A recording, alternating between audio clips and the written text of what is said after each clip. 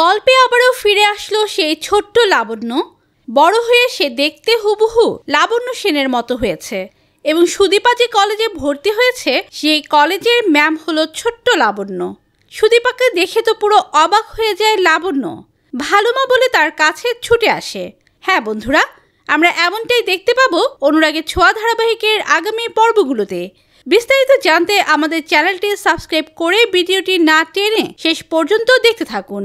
রূপা সুদীপাকে গান গেয়ে ঘুম পাড়িয়ে দেওয়ার সময় সেই গান শুনে পরমার মনে অদ্ভুত এক টান অনুভূত হয়।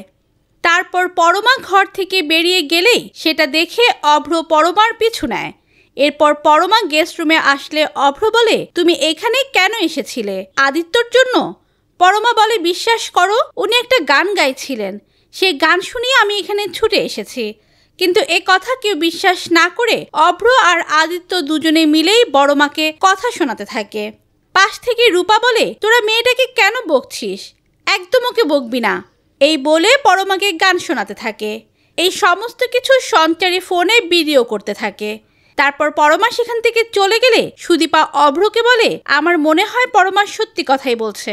তোমাদের মধ্যে যদি বিশ্বাস না থাকে তাহলে সম্পর্কটা ভেঙে ফেলো। এরপর পরমার কাছে এসে অভ্র বলে, আমি তোমাকে বিশ্বাস করতে চাই।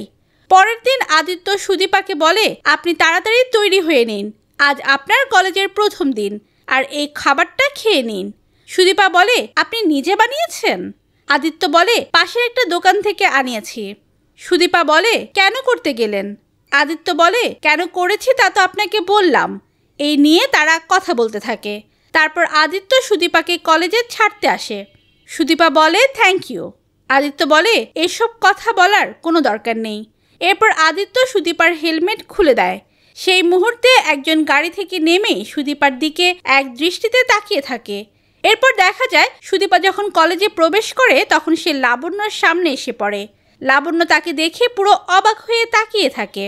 বন্ধুরা, তোমরা কি এমনটাই চাও সে ছোট্ট লাবণ্য যেন লাবণ্য সেনগুপ্তর মতো হয়ে ফিরে আসে?